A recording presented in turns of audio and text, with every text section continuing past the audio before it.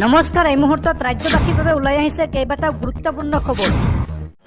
প্ৰথমটো খবৰ, এইখন অসমত অসমীয়া হিচাপে জীয়াই থাকিব মুছলমানসকল। কবৰস্থানত নোযোৱা পৰ্যন্ত মুছলমানে দি যাব জয় আই অসম ধ্বনি। হিমন্ত বিশ্ব শৰ্মাক এই হুংকাৰ আমচুৰ। মুছলমান বুলি কৈ আমাক অপমান নকৰিব, এই মন্তব্য কৰিছে আমচুৱে। আমচুৱে লগতে কয় যে অসমত থকা মুছলমানসকলৰ মাতৃভাষা অসমীয়া। সংখ্যালঘুৱে সদায় লিখি যাব অসমীয়া ভাষা। আৰু তাৰ পিছতো বাছি বাছি কিয় মুছলমানসকলক উচ্ছেদ কৰিছে এইখন চৰকাৰে। সংখ্যালঘু শিক্ষাৰ্থীক শিক্ষাৰ অধিকাৰৰ পৰা বঞ্চিত কৰিছে হিমন্ত বিশ্ব শৰ্মাই। হিমন্ত বিশ্ব শৰ্মা চৰকাৰৰ বিৰুদ্ধে এই বিস্ফোৰক অভিযোগ উত্থাপন কৰে সদৌ অসম সংখ্যালঘু ছাত্ৰ সন্থা চমুকৈ আমচুৱে। চৰমপন্থা বাছি ল'লে লখিমপুৰৰ বিধায়ক মানৱ ডেকাৰ ভাতৃ কল্যাণ ডেকাই। লখিমপুৰৰ বিধায়ক মানৱ ডেকাৰ ভাতৃ কল্যাণ ডেকাই শনিবাৰে নিশা চৰমপন্থা বাছি লোৱাৰ কথা প্ৰকাশ পাইছে। সূত্ৰ অনুসৰি এই দুৰ্ভাগ্যজনক ঘটনাটো সংঘটিত হয় নিশা প্ৰায় 11:45 লখিমপুৰৰ মানৱ ডেকাৰ আৱাসিক কাৰ্যালয়ৰ এটা কোঠাৰ ভিতৰত কল্যাণ ডেকাৰ মৃতদেহ উদ্ধাৰ কৰা হয়।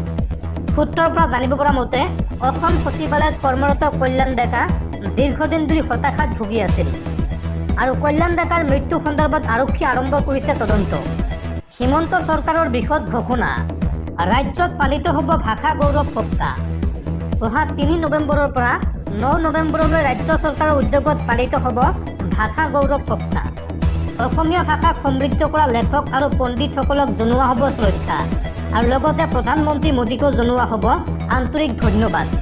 অসমীয়া ভাষাক ধ্ৰুপদী ভাষা হিচাপে মৰ্যাদা দিয়াৰ পিছতে এই পদক্ষেপ গ্ৰহণ কৰিছে অসম চৰকাৰে। চুবুৰীয়া ৰাজ্য অৰুণাচলত আবদ্ধ হৈ আছে অসমৰ 19জনকৈ শ্ৰমিক। কামৰ সন্ধানত গৈ আবদ্ধ হৈ পৰিছে অসমৰ এই শ্ৰমিকসকল। এটা ব্যক্তিগত খণ্ডৰ কোম্পানীৰ মালিকে কৰিছে অনিয়ম আৰু এই শ্ৰমিকসকলক কেতিয়া উদ্ধাৰৰ বাবে মুখ্যমন্ত্ৰী হিমন্ত বিশ্ব শৰ্মাক কাতৰ আহ্বান জনাইছে শ্ৰমিকসকলৰ পৰিয়ালে। অৰুণাচলত আবদ্ধ হৈ আছে অসমৰ শ্ৰমিক আৰু এই সন্দৰ্ভত এটা ব্যক্তিগত খণ্ডৰ কোম্পানীৰ মালিকে কৰিছে জঘন্য কাণ্ড। অৰুণাচলত আবদ্ধ হৈ আছে কচুৱাৰ 19জনকৈ শ্ৰমিক। পেটৰ কাৰণত হাজিৰা কাম কৰিবলৈ গৈছিল অৰুণাচললৈ আৰু তাতে আবদ্ধ হৈ পৰিল নগাঁও জিলাৰ কচুৱাৰ 19জনকৈ দৰিদ্ৰ শ্ৰমিক। প্ৰকৃপথ নিৰ্মাণত হাজিৰা কাম কৰিবলৈ 2 মাহ পূৰ্বে এই শ্ৰমিকসকলক লৈ গৈছিল এজন ঠিকাদাৰে। অৰুণাচল প্ৰদেশৰ দিবাং ভেলী জিলাৰ অতি ভিতৰুৱা অঞ্চলত কৰ্মৰত আছিল এই শ্ৰমিকসকল আৰু শ্ৰমিকসকল ঘৰলৈ আহিব বিচাৰে যদিও কোম্পানীৰ মালিকে মৃত্যুৰ ভাবুকি দিয়াৰ অভিযোগ উত্থাপন কৰিছে শ্ৰমিকসকলৰ পৰিয়ালে আৰু শ্ৰমিকৰ দলটোৰ পৰা 8 লাখ টকা দাবী কৰি নানান হাৰাশাস্তি কৰাৰ অভিযোগ উত্থাপন হৈছে। আৰু এতিয়া মানসিকভাৱে ভাগি পৰা শ্ৰমিকৰ পৰিয়ালসমূহ কচুৱা থানাত আহি অৱগত কৰিছে আৰক্ষীক। মহাৰাষ্ট্ৰৰ NCP নেতা বাবা ছিদ্দিকীক গুলীয়াই হত্যা দুৰ্বৃত্তৰ ধাৰাসাৰ গুলীবৰ্ষণত মৃত্যু হৈছে প্ৰাক্তন মন্ত্ৰী বাবা ছিদ্দিকীৰ। মহাৰাষ্ট্ৰৰ প্ৰাক্তন মন্ত্ৰী তথা NCP নেতা বাবা ছিদ্দিকীক গুলীয়াই হত্যা। এখন বাহনত আহিছিল 3 দুৰ্বৃত্তৰ দল আৰু এই দুৰ্বৃত্তৰ দলটোৰ ধাৰাসাৰ গুলীবৰ্ষণত মৃত্যু হৈছে বাবা ছিদ্দিকীৰ।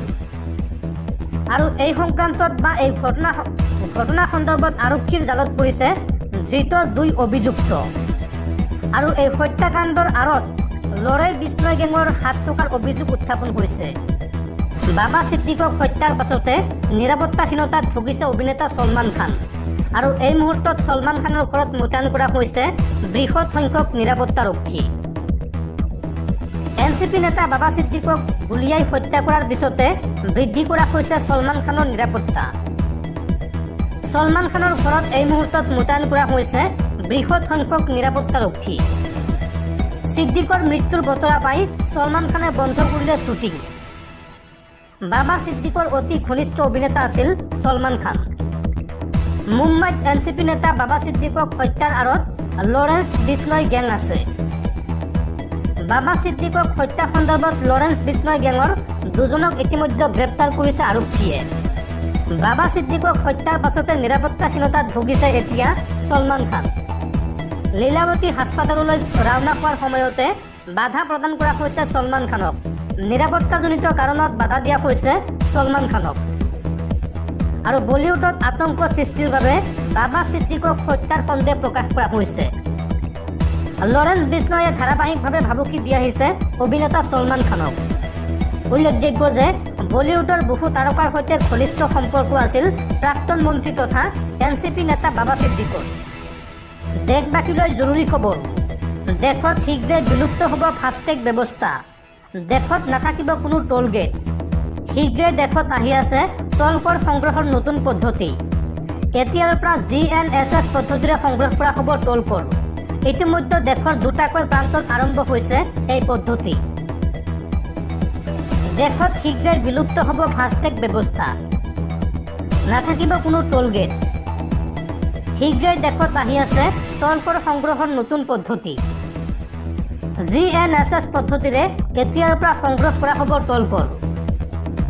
আহি আছে GNSS অৰ্থাৎ গ্লোবেল নেভিগেশ্যন ছেটেলাইট ছিষ্টেম। এই পদ্ধতিৰ জৰিয়তে ছেটেলাইটৰ মাধ্যমেৰে সংগ্ৰহ কৰা হ'ব টোল কৰ। আপোনাৰ বেংক একাউণ্টৰ পৰা স্বয়ংক্ৰিয়ভাৱে কৰ্তন হ'ব ধন। আৰু দেশৰ দুটাকৈ প্ৰান্তত ইতিমধ্যে আৰম্ভ হৈছে এই পদ্ধতি। বেংগালুৰু মৈচুৰ ৰাষ্ট্ৰীয় ঘাইপথ আৰু পানীপথ হিছাৰ ৰাষ্ট্ৰীয় ঘাইপথত সক্ৰিয় হৈছে GNSS পদ্ধতি। সদ্য সমাপ্ত হাৰিয়ানাৰ বিধানসভা নিৰ্বাচনত এইবাৰ EVM বিসংগতিৰ অভিযোগ উত্থাপন কৰিছে কংগ্ৰেছে। EVMৰ বেটাৰীত খেলিমেলি কৰি বিজেপি জয়ী হোৱাৰ অভিযোগ কংগ্ৰেছৰ। আৰু এই সন্দৰ্ভত নিৰ্বাচন আয়োগলৈ পত্ৰ প্ৰেৰণ কংগ্ৰেছৰ। হাৰিয়ানা নিৰ্বাচনত EVMত বিসংগতিৰ অভিযোগ উত্থাপন কংগ্ৰেছৰ। 20টা সমষ্টিত ভোট গণনাত খেলিমেলি হোৱাৰ অভিযোগ উত্থাপন কৰিছে কংগ্ৰেছে। EVMৰ বেটাৰীৰ ওপৰত সন্দেহ প্ৰকাশ কৰিছে কংগ্ৰেছে। আৰু এই সন্দৰ্ভত নিৰ্বাচনী আয়োগলৈ পত্ৰ প্ৰেৰণ কংগ্ৰেছৰ। EVMৰ বেটাৰীত খেলিমেলি কৰি বিজেপি জয়ী হোৱাৰ অভিযোগ উত্থাপন কৰা হৈছে। 20টাকৈ সমষ্টিত পুনৰ ভোট গণনা অনুষ্ঠিত কৰাৰ দাবী কংগ্ৰেছৰ। বেটাৰীত চাৰ্জ বেছি থকা EVMত বিজেপি প্ৰাৰ্থীয়ে অধিক ভোট পায় বুলি দাবী কংগ্ৰেছৰ। আৰু হাৰিয়ানা নিৰ্বাচনত শেহতীয়াকৈ EVM বিসংগতিৰ অভিযোগ উত্থাপন কৰিছে কংগ্ৰেছ দলে।